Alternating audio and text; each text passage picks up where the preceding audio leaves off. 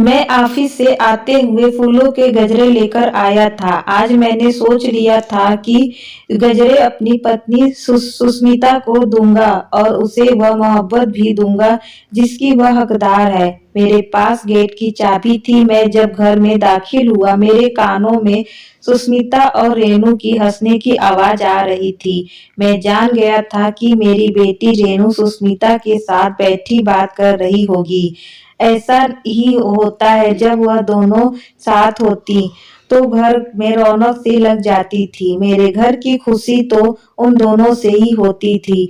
मैं बहुत धीरे से उसके कमरे तक पहुंचा था, लेकिन जो बातें उनके बीच हो रही थी यह सुनकर मेरे पैरों तले से जमीन घिसक गई थी। मेरे हाथ से गजरे दूर जाकर जमीन पर गिर गए थे, जो मैं सुस्मिता के लिए लाया था। उसकी बातों को सुनकर मैं तो पत्थर का हो गया था। मेरी बेटी रेनू जब 12 साल की थी, जब मेरी पत्नी का देहांत हो गया था, लेकिन मैं दूसरी शादी नहीं की। अपनी बेटी को माँ बाप दोनों का प्यार दिया था, लेकिन फिर भी वह चुपचाप सी रहती थी। इसकी वजह यह थी कि मैं उसे पूरा वक्त नहीं दे पाता था, क्योंकि मैं दिन में ऑफिस जाता था और देर रात तक घर आता था। हालांकि मैं घर पर एक नौकरानी रखी थी जो सुबह से मेरे आने तक काम करती थी, और जब मैं घर आ जाता तो वह अपने घर पर चली जाती थी। ऑफिस से आने के बाद मैं रेनी को वक्त देने की कोशिश करता था। उसके स्कूल की रूटीन पूछता था, उसके टीचर और उसकी सहेलियों के बारे में बात करता था, लेकिन वह खुलकर बात नहीं करती थी, बस सवाल का जवाब ही देती थी। मैंने महसूस किया कि मेरी बेटी उदास रहती है जब तक उसकी जिंदगी में सुस्मिता नहीं आ गई थी। सुस्मिता हमारे पड़ोस में कुछ साल पहले ही आई थी। वह रेनू के कॉलेज में पढ़ती थी। उन दोनों में बहुत ही अच्छी और गहरी दोस्ती हो गई थी। सुस्मिता के माँ बाप मर चुके थे। वह अपने मामा मामी के साथ रहती थी। उसके मामा से भी मेरी अच्छी खासी जान पहचान थी। मेरी जॉब बहुत अच्छी थी। मैं एक कंपनी में मैनेजर था। मेरे घर में भगवान की कृपा से पैसे की कभी कोई कमी नहीं थी।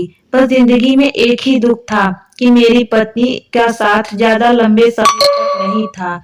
वह मुझे छोड़कर चली गई थी, लेकिन दोबारा मैंने किसी की तरफ आंख उठाकर नहीं देखा था, क्योंकि मैं अपनी पत्नी से बहुत मोहब्बत करता था।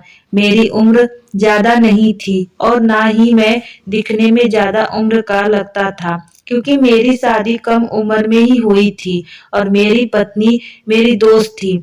वह मेरे साथ पढ़ती थी और बाद में हम दोनों ने शादी कर ली थी। हम दोनों में बहुत मोहब्बत थी। यही वजह थी कि हम उसकी जगह किसी और को नहीं दे पाया। बस किस्मत में हमारा साथ ज्यादा लंबे अरसे तक नहीं लिखा था।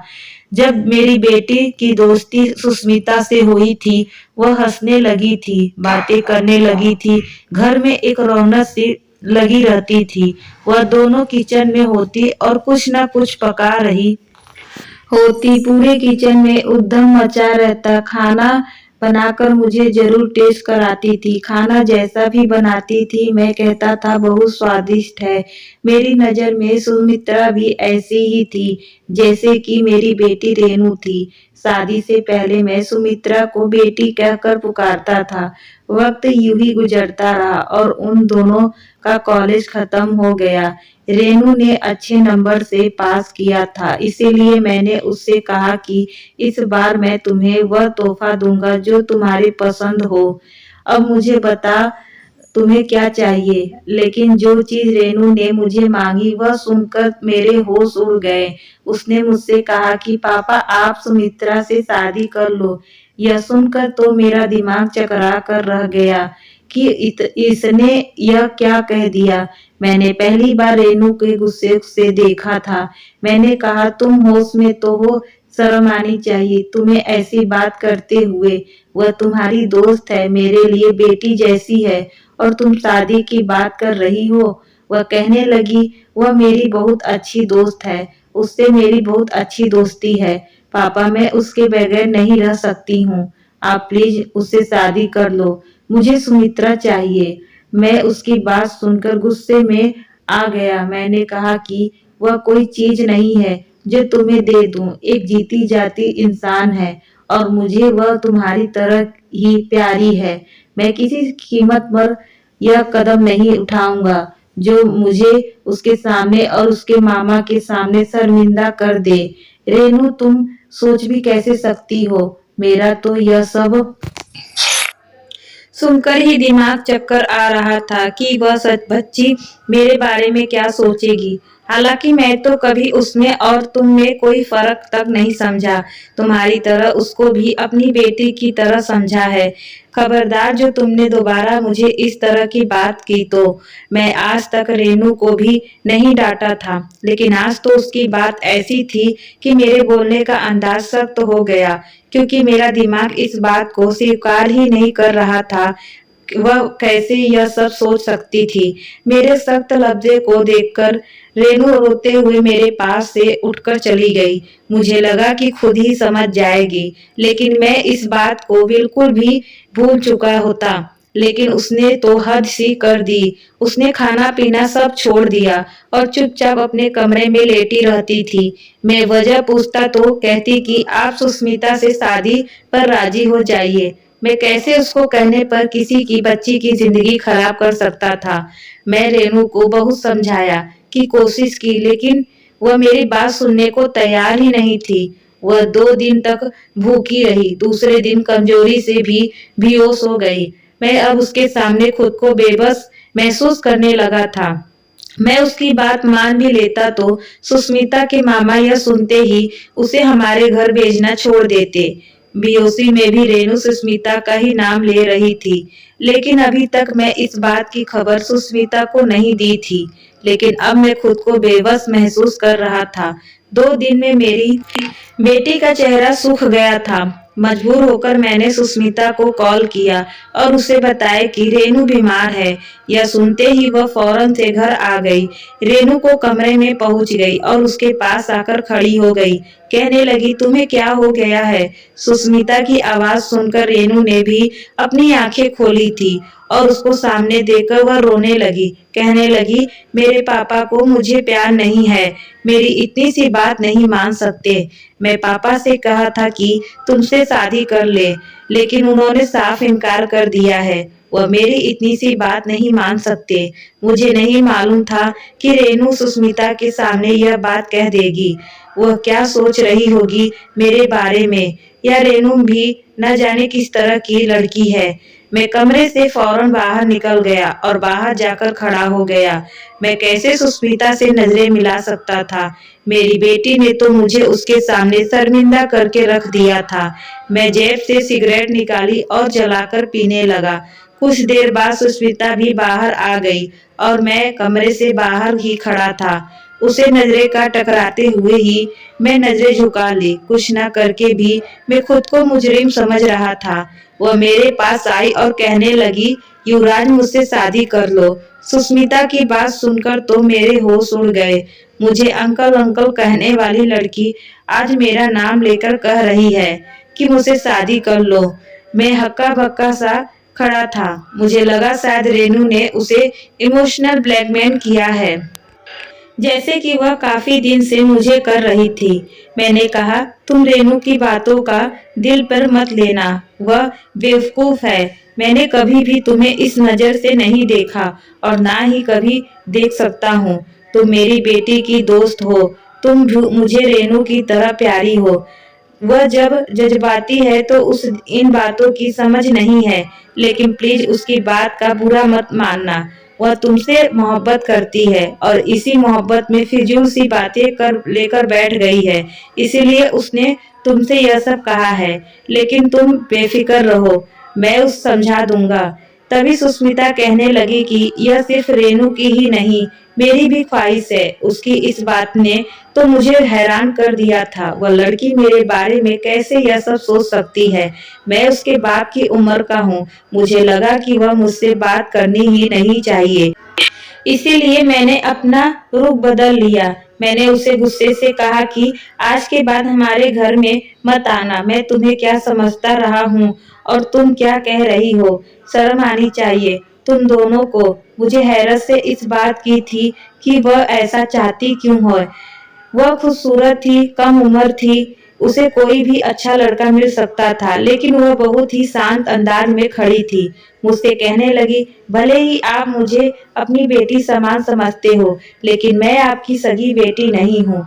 मैं आपको पसंद करती हूँ और आप इतने बूढ़े भी नहीं हैं और ना ही लगते हैं। मुझे कोई ऐतराज नहीं है, तो आप रेनू की ख्वाहिश क्यों नहीं पूरी कर देते हैं। मैंने कहा, अगर तुम्हारी इन बातों की तुम्हारे मामा को हो गई तो क्या इज्जत रह जाएगी। उनकी नजरों में तो मेरी मुझे अपनी इज्जत प्यारी है। मैं कभी ऐसी बात नहीं कर सकता जिसे दूसरों की नजरों में गिर जाऊं।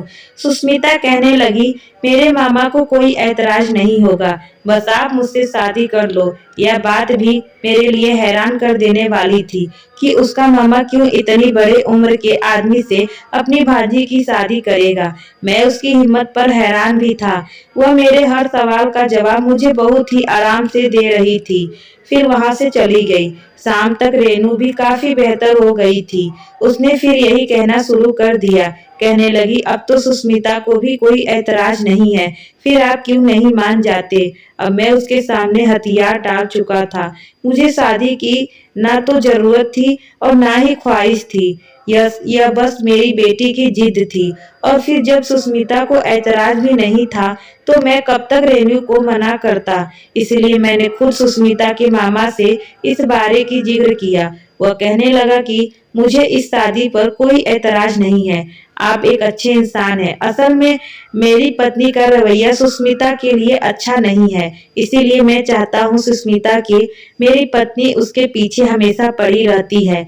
मेरी भांजी बहुत समझदार है, आप इससे शादी कर लो। मुझे इस बात पर कोई ऐतराज नहीं है, क्योंकि मैं जानता हूँ कि आप उसे खुश रख सकते हैं। और फिर कुछ ही दिनों में सुस्मिता से मेरी सादगी के साथ शादी हो गई। उस दिन रेनू बहुत खुश थी। रात को सुस्मिता मेरे कमरे में मेरी पत्नी की हैसियत से बेड पर बैठी थी, लेकिन मेरा दिल हर जज्बात से खाली था। आनन फानन में शादी, वह भी इतनी कम उम्र लड़की से। मैं दिमागी तौर पर बिल्कुल भी तैयार नहीं था, इसीलिए कुछ देर बाहर हॉल में बैठा रहा। रेनू भी अपने कमरे से सो चुकी थी। इस अचानक से हो जाने वाली रिश्तों को लेकर परेशान था। खुद को समझने लगा कि अगर सुस्मिता को ऐतराज नहीं है और वह इस रिश्ते को दिल से स्वीकार चुकी है, तो मुझे भी इस रिश्तों को दिल से स्वीकार कर लेना चाहिए। खुद को दिमागी तौर पर कुछ न कुछ तैयार करने की कोशिश कर रहा था, लेकिन मैं कुछ उलझा हुआ अपने कमरे में चला गया।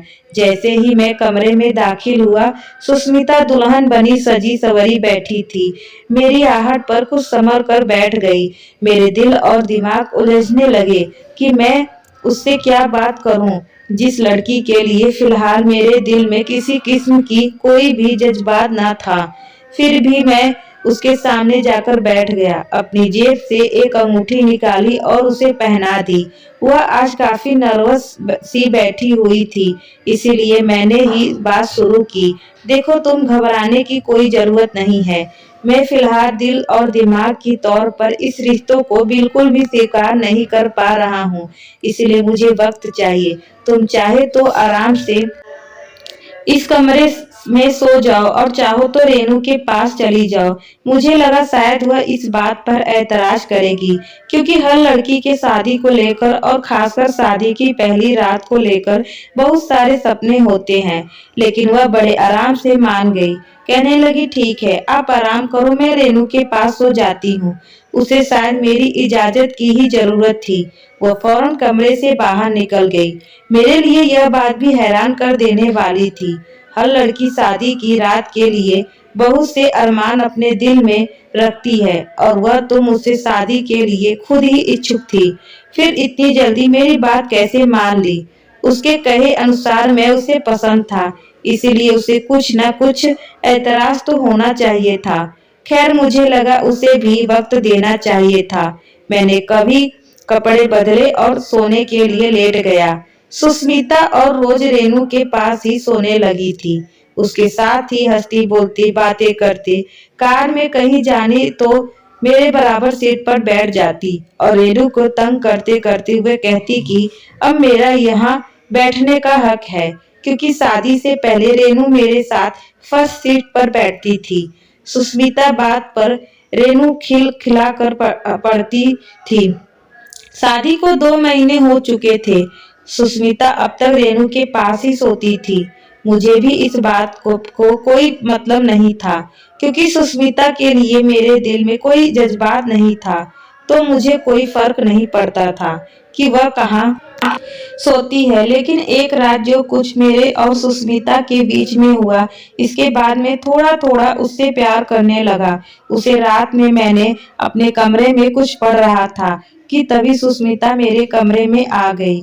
मैं अपने कमरे का दरवाजा लॉक नहीं रखता था। मैंने आने की वजह पूछी तो मुझसे कहने लगी कि रेनू सो चुकी है, लेकिन मुझे नींद नहीं आ रही है। मैं आपके पास बैठकर बातें कर लूं?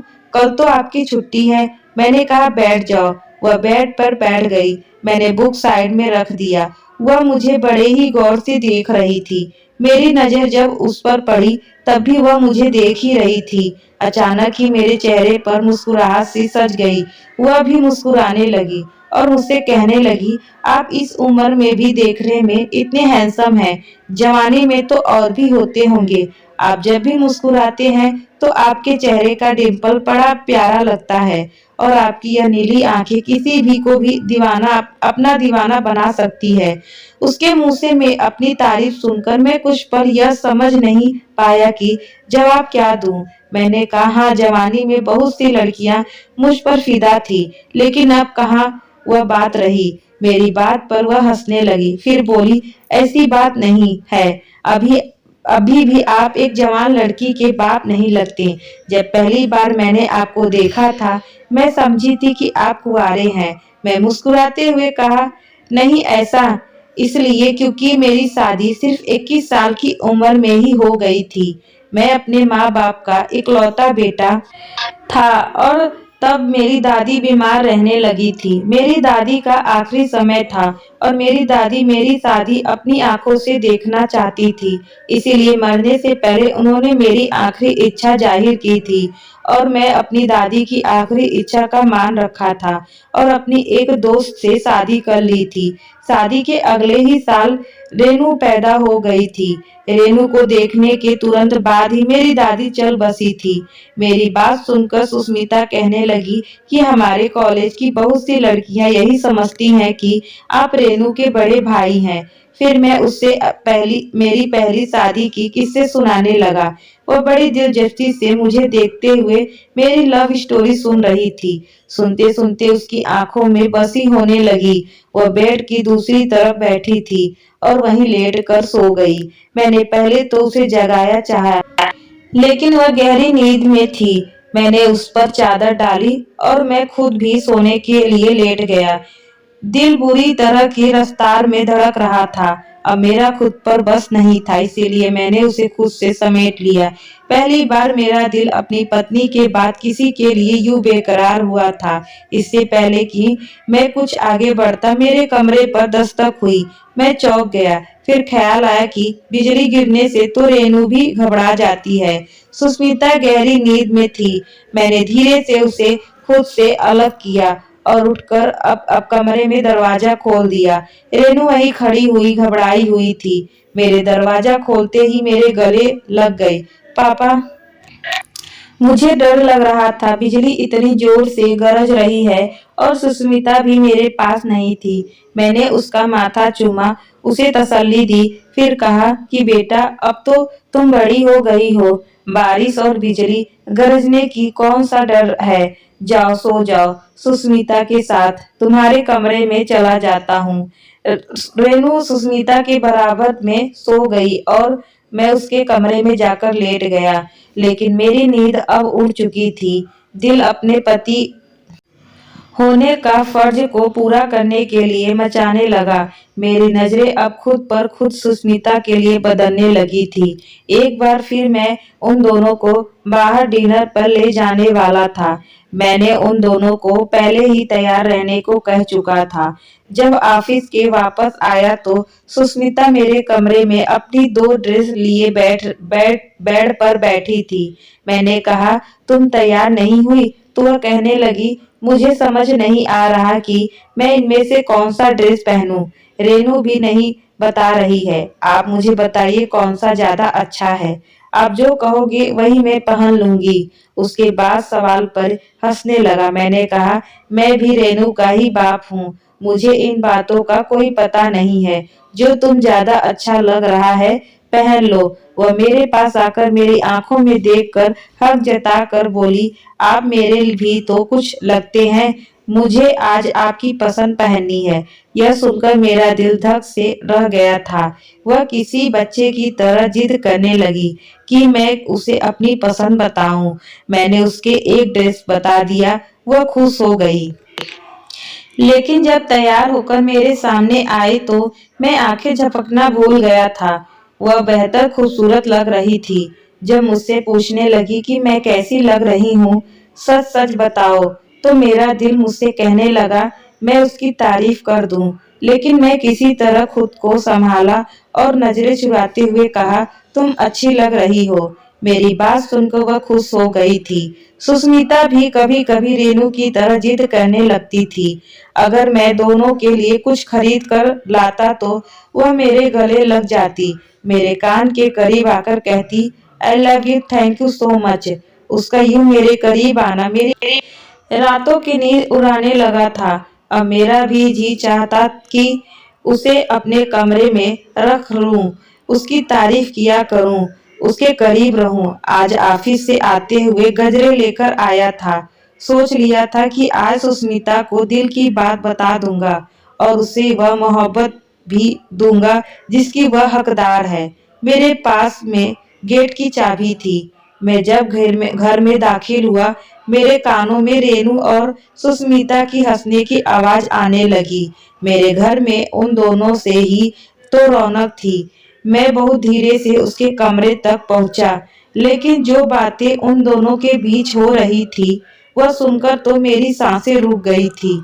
मेरे हाथ से गजरे जमीन पर गिर गए थे जो सुस्मिता के लिए लाया था। मैं तो यह बातें सुनकर पत्थर सा हो गया था। यह क्या खेल खेला था उन दोनों ने मिलकर मेरे साथ। तक के कदमों से मैं अपने कमरे में वापस लौटकर आया था। पहली बार ड्रेसिंग के आईने पर नजर पड़ते ही अपनी उम्र बहुत बड़ी सी लगने लगी थी। लग रहा था बहुत रोकने के बावजूद मेरी आंखों से आंसू बहने लगे थे। मैं खुद को तब संभाल जब वो सुस्मिता वही गजरे पहने मेरे कमरे में मुस्कुराती हुई आई और कहने लगी, आप मेरे लिए इतनी खूबसूरत गजरे ले आए थे, फिर मुझे क्यों नहीं दिए? कमरे से बाहर क्यों रख दिए, वह भी जमीन पर? और वह मेरे पास आने लगी, लेकिन मैं पीछे हट गया। मैंने कहा, खाना गर्म करो, मुझे भूख लगी है। वह यह सुनकर वह कमरे से बाहर चली गई। जो हकीकत मुझ पर खुल चुकी थी, कैसे मुमकिन था कि मैं उसके करीब भी जाता। उसके बाद मैं खुद ही उससे दूरी रखना शुरू कर दिया। आज वह दोनों की फंक्शन पर जाने के लिए तैयार हुई थी तो सुस्मिता मेरे कमरे में आ गई। वह अच्छी खासी तैयार थी और प्यारी भी लग रही थी। मैंने नजरें चुरा ली और वह मुझसे मुस्कुराकर पूछने लगी, मैं कैसी लग रही हूँ? मेरे अंदर तो उन शब्दों से जैसे आग सी लगी थी जो सच्चाई में जान चुका था। उसके बाद में इस सवाल का क्या मतलब देता। मैं उसे गुस्से से देखा और गुस्से से उसके दोनों बाजुओं को पकड़ा। उसकी आंखों में देखकर कहा, बताओ तुम कैसी लग रही हो? मेरे उस चेहरे पर वह कुछ सहन सी गई। शायद उसे मुझसे ऐसी शक्ति की उम्मीद नहीं थी। मैंने सख्ती से उसके बाजू को दबोचा हुए कहा, बहुत बुरी लग रही हो। यह सुनकर मैंने उसे छोड़ दिया और फौरन से मेरे कमरे से बाहर निकल गई। मैं गाड़ी में जाकर बैठ गया। मैं चाह रहा था कि मैं खुद को खत्म कर लूं। गुस्से के मारे मैंने हाथ बजाया शुरू कर दिया। रेनू भागती हुई बाहर आई और गाड़ी में बैठ गई। फिर मुझे आंखें दिखाते हुए बोली, आपको पता तो है कि लड़कियां कितनी देर में तैयार होती हैं। मुझे नखरे दिखाते हुए बोली, आप भी न पापा बहुत जल्दी मचाते हैं। मेरा अगर मूड अच्छा होता तो रेनू की बात पर हंसकर जवाब भी देता, लेकिन मैं खामोश से बैठा रहा। थोड़ी देर में ही सुष्मिता भी बाहर आ गई थी, लेकिन उसे देखकर मुझे हैरत हुई थी, क्योंकि वह मुंह धोकर बिल्कुल सादे हुलिये में बाहर आई थी। आंखों से लग रहा था कि वह और रोई है। मैंने उसके चेहरे से नजर हटा ली। वह जब तक मेरे बराबर सीट पर बैठने लगी तो मैंने टोक दिया कि जाओ जाकर पीछे बैठो, लेकिन वह फिर भी फर्स्ट सीट पर ही बैठी थी। पूरे रास्ते वह दबी सिकती थी, रोती रही। रेनू ने उसे वजह पूछ पूछ कर थक गई कि वह क्यों रो रही है, लेकिन मैंने एक बार भी उसकी तरफ नहीं देखा। मेरे जज्बात कोई पत्थर के नहीं थे कि कोई भी आकर उसे खेल खेल जाए। उसे बस इस बात का रोना आ रहा था कि मैं उसे सख्त लफ्ज़ में क्यों बात किया, लेकिन वह नजर नहीं आ रहा था कि वह अपने चक्कर में मेरे साथ कितना बड़ा खेल रख गई। मेरा हक था, मेरा रवैया भी अपनी जगह बिल्कुल सही था, लेकिन यह कमबख्त दिल पर उसके प्यार में पागल हो चुका था। उसके आंसुओं ने मुझे पूरा दिन बेचैन रखा। सुष्मिता अब मुझसे बात नहीं करती थी, कुछ नहीं कहती थी, मुझसे दूर भी रहने लगी थी। अच्छी बात थी कि वह मुझसे दूर ही रहे, लेकिन बस उसकी नजरें मुझ पर ही जमी रहती थी, जिसमें ना जाने क्यों सिकवे थे। वक्त आगे बढ़ गया। उन्हीं दिनों मुझे रेनू के लिए एक अच्छा लड़का मिल गया। वह लड़का मुझे पसंद था, लेकिन फिर भी मैं रेनू से उसकी रजामंदी पूछी थी, तो उसको भी यह लड़का और उसका परिवार अच्छा लगा था और शादी तय हो गई। कुछ ही दिनों में शादी हो गई। जिस दिन वह विदा हुई, सुष्मिता से गले लगकर खूब रोई। सुष्मिता भी रोई थी। रेनू जा चुकी थी। अब घर में सिर्फ मैं था और सुष्मिता थे। मेरा असली इम्तिहान तो अब शुरू हुआ था। जिस दिन रेनू विदा हुई, उसी रात मैंने सुष्मिता से कहा कि मुझे तुमसे कुछ बात करनी है। वह कुछ थकी सी लग रही थी, फिर रेनू की जुदाई से उदास भी थी। वह हाल में पड़े सोफे पर खामोशी से बैठ गई। मैं भी उसके सामने बैठ गया। मैं सोच चुका था कि यह मजबूरी का बंधन भी अब खत्म कर दूं, जिसे सुष्मिता ने अपने वक्त के गुजरने के लिए मुझे छोड़ा था। उस दिन वह और रेनू यही बातें कर रहे थे। उस दिन रेनू और सुष्मिता ने कह रही थी कि तुमने पापा से शादी अपनी मामी के रवैये से बचने के लिए कर ली थी, लेकिन तुम्हें बुरा तो लगता होगा ना। पापा तुमसे बहुत बड़े हैं। तुम्हारा भी मेरी तरह यह दिल चाहता होगा कि तुम्हारा पति भी। रेनू यह क्या कह रही चुप हो गई और सुष्मिता हंसते हुए बोली, मेरा पति भी हैंडसम हो, यही कहना चाहती हो ना। रेनू, जाहिर है मेरी भी ऐसी ही ख्वाहिश है। तुम्हारे पापा कितने बड़े हैं। मुझे सुष्मिता की बातों ने मुझे किसी गहरी खाई में फेंका था। अगर मैं उसे पसंद नहीं था तो उसने मुझे यह क्यों कहा था कि मैं उसे अच्छा लगता हूँ। सुष्मिता आगे कह रही थी, रेनू तुम मेरी मजबूरी जानती थी। मामी मेरी जिंदगी बर्बाद कर देती, इसीलिए मैंने यह कदम उठाया था। पता है शादी की रात मेरी जान पर बनी हुई थी, लेकिन शुक्र है तुम्हारे पापा ने खुद ही मुझे तुम्हारे पास भेज दिया। रेनू कहने लगी, वह नहीं भेजते तो भी मैं तुम्हें खुद ही लेने आ जाती। हमारा तो यही प्लान था कि तुम पापा से सिर्फ कागजी रिश्ता ही जोड़ोगी और पढ़ाई खत्म होते ही अपने कम उम्र लड़के से शादी कर लोगी। लेकिन सोचने की बात यह है कि तुम शादी करोगी किस, क्या कोई है तुम्हारी नजर में। पापा की फिक्र मत करो, मैं तुम्हें कह दूंगी कि तुम्हें छोड़ दें। वह मेरी बात नहीं टालेंगे। रेनू ने दोस्ती की खातिर मेरे जज्बातों का मजाक बनाया था। सुष्मिता के अगले शब्दों में मुझे कहीं का नहीं छोड़ा था। कहने लगी, हाँ एक बहुत ही हैंडसम सा लड़का है, बहुत प्यार करती हूँ मैं उससे। यह सुनकर मेरा कदमों तले से जमीन निकल गई। रेनू ने उस बेताबी से पूछा था, अच्छा, तुमने पहले मुझे कभी नहीं बताया। बताओ कौन है? सुष्मिता कहने लगी, अभी नहीं, वक्त आने पर बताऊंगी।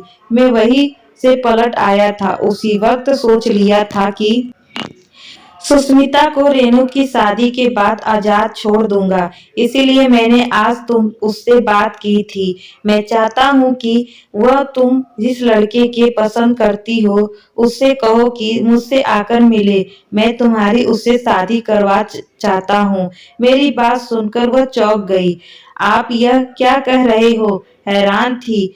मैंने कहा, तुम्हें और किसी ड्रामेबाजी की जरूरत नहीं है। मैं तुम्हारी बातें सुन चुका हूँ। जाहिर है तुम्हारी अब भी अपनी एक जिंदगी है, लेकिन मुझे बस तुमसे एक ही गिला है। अगर मुझसे सच भी कह देती कि तुम्हें मुझसे शादी की किस मकसद के लिए की है, तो मैं तब भी इनकार नहीं करता। तुम्हें सहारा चाहिए था तो मैं सहारा तुम्हें जरूर देता, लेकिन जो खेल तुमने मेरे साथ खेला है वह गलत था। जब तुम्हें कोई और पसंद था तो तुम मुझसे शादी पर राजी हो। मैं बहुत उदासी से बात कर रहा था, बड़े दर्द से गुजर रहा था। वह चुप थी, बस एक टक मुझे देखे जा रही थी, शायद अपने रवैये पर शर्मिंदा थी। मैंने कहा, मैं तुम्हें तलाक दे दूंगा जब भी तुम चाहो। तुम जल्दी से जल्द उस लड़के को बुलाओ जो तुम्हें पसंद है, ताकि मैं तुम्हारा रिश्ता भी तय कर दूं और तुम्हारे साथ एक घर में एक ही छत के नीचे मैं नहीं रहना चाहता। यह कहकर मैं अपने कमरे में चला गया। यह फैसला मेरे लिए तब इतना मुश्किल ना होता अगर वह मुझे सच कहती। मेरी आंखों से नींद कोसों दूर थी, लेकिन मैं बेड पर लेट गया। तभी जोर जोर से दरवाजा खटकने पर चौंक सा गया। उठकर दरवाजा खोला तो बाहर सुष्मिता थी, लेकिन इस वक्त क्यों आई थी? मैंने कहा, तुम अपने कमरे में चली जाओ। मैं इस वक्त तुमसे बात नहीं करना चाहता। मैं किसी दर्द से गुजर रहा था। मैं ही जानता था। मैं नहीं चाहता था कि उसके साथ सख्त रवैया अपनाओ, लेकिन वह रो रही थी। कहने लगी, अगर आपने दरवाजा नहीं खोला तो मेरा मरा मुंह देखोगे। उस बेवकूफ लड़की पर मुझे गुस्सा सा आने लगा था। मैंने उसे उठकर दरवाजा खोल। वह अभी उसी ड्रेस में थी जो रेनू के शादी पर पहनी थी, और वह वैसे ही तैयार भी थी, बस रोने से काजल फैला हुआ था। दरवाजा खोलते ही वह अंदर आ गई और मुझसे पूछने लगी, कैसी लग रही हूँ? उसकी बात पर मैं बड़ी हैरत से देखा। यह कैसा सवाल था? वह मेरे बिल्कुल करीब आ गई और कहने लगी, मैंने आपसे कुछ पूछा है, मैं आपको कैसी लग रही हूँ? और यह कहकर वह अचानक ही मेरे सीने से लगकर रोने लगी। मैं तो अपनी जगह पत्थर हो गया था। वह मेरे सीने से लगी हुई थी, रोते हुए कह रही थी, आपने आधी अधूरी बातें सुनी और खुद से कुछ भी सोच लिया। आप मेरे लिए एक खूबसूरत नौजवान लड़का हो। वह रेनू की सोच थी कि मैं कई बार उसे कह चुकी थी कि तुम्हारे पापा मेरे टैलेंट और मुझे उनकी पर्सनालिटी बहुत अच्छी लगती है, लेकिन रेनू उम्र का फर्क मेरे सामने रख देती। उसे लगता था मैं मामी के रवैये से बचने के लिए मजबूर में आपसे शादी की है। इसीलिए मैं उसको वही जवाब दे रही थी जो वह सुनना चाहती थी, क्योंकि मैं उसे यकीन दिलाकर थक गई थी कि मैं आपको दिल से कबूल किया है। यह सच है, शादी की रात में बहुत नर्वस थी और वह लड़की होती है, लेकिन उसके बाद मैं सचमुच आपसे मोहब्बत करने लगी थी। मेरी ख्वाहिश थी कि आप मुझे देखे, मेरी तारीफ करे, मुझसे बातें करे, लेकिन आप मेरी तरफ देखते तक नहीं थे। इसीलिए मैंने खुद से आगे की तरफ कदम बढ़ाया था। आपसे रात के वक्त बातें करने लगी, आपके बराबर में सो गई थी। मुझे मेरे रिश्ते का हक चाहिए, लेकिन मैं खुद से यह बात नहीं कहना चाहती थी। हर लड़की की ख्वाहिश होती है कि ऐसा कदम पहली बार उसका पति उठाए, इसीलिए बारिश के बहाने से आपके करीब आ गई थी। लेकिन रेनू के आ जाने से मैं आपके प्यार और आपकी संगत से प्यासी ही रह गई थी। मेरी ख्वाहिश थी कि आपकी पसंद की ड्रेस पहनूं, आपकी मुझ पर तारीफ में भरी नजरें उठाए। आपकी नजरें मुझे अंदर तक बेचैन कर देती थी। मैं बहाने बहाने से आपके करीब आने की कोशिश करती थी कि शायद आपको मेरे प्यार का एहसास हो जाए, लेकिन आप तो शायद पत्थर के बने हुए इंसान हो। वह मेरे सीने से लगी मुझे शिकवे कर रही थी। एक गलतफहमी थी जो हमारे दरमिया पैदा हो गई थी। मैंने उसकी तरफ कदम नहीं बढ़ाए थे और वह गलती तो मेरी थी। मैंने उसका चेहरा अपने दोनों हाथों में लिया और उसके माथे को चूमकर उसे उसका पहला हक दिया था। बहुत कुछ खूबसूरत लग रही हो, मैंने तारीफ की। वह रोते रोते मुस्कुराने लगी। मैं उसे समझ नहीं पाया था। मैंने कस कर उसको अपने सीने से लगा लिया। दिल की धड़कनों से शोर मच गई थी, लेकिन अब मेरे दिल की धड़कनों के साथ सुष्मिता के दिल की धड़कनें भी साथ सुनाई दे रही थी। कहानी पसंद आई हो तो कमेंट बॉक्स में जरूर बताइएगा और हाँ, चैनल को सब्सक्राइब, वीडियो को लाइक शेयर करना ना भूलिएगा। धन्यवाद।